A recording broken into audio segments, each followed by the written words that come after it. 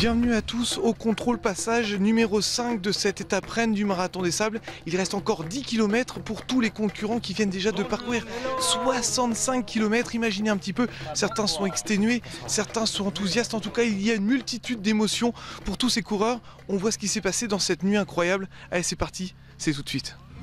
De jour comme de nuit, les contrôles de passage répartis le long de chaque étape sont un fil conducteur pour les coureurs. Certains en profitent pour se reposer, d'autres pour se soigner. Exténués par la dureté de l'effort, ils vont chercher au bout d'eux-mêmes.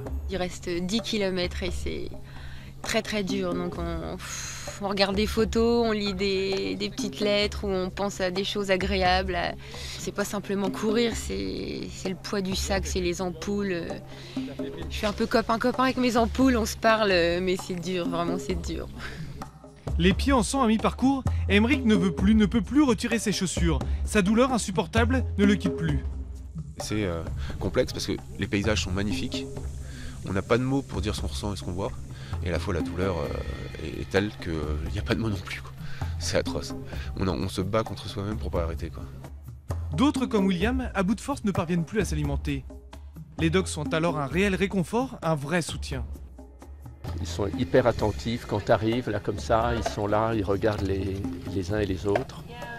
Et dès qu'ils voient qu'il y a une petite défaillance, un petit problème, ils sont tout de suite là pour t'aider. Donc c'est très important.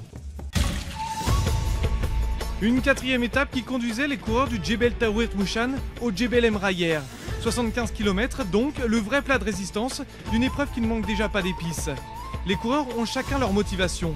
Pour Jean-Hugo, Stéphane, Fabrice et Sébastien, c'est une évidence. Les 4 chasseurs alpins ont sans cesse l'esprit tourné vers leurs frères d'armes tombés au combat.